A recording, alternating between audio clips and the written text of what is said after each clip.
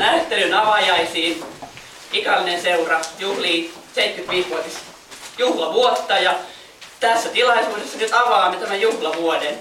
Ja kiitos Juha-Matti Katajamäelle, meidän muusikolle.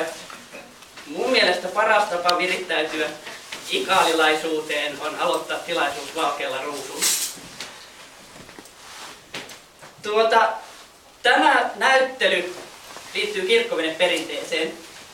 Ja me valitsemme tämän kirkkoveneperinteen ja kulttuurin tämän juhlavuoden teemaksi ihan siitä syystä, että se on sitä osittain häviävääkin perinnettä, joka on Ikaalisissa ja tällä seudulla ollut todella vahva aikanaan. Ja ehkä vahvempi kuin monessa muussa paikassa. Kiitos siitä Kyrösjärvelle. Ja perinne on nyt kulkuyhteyksien myötä häviämässä siinä muodossa, kun se on ollut alun perin.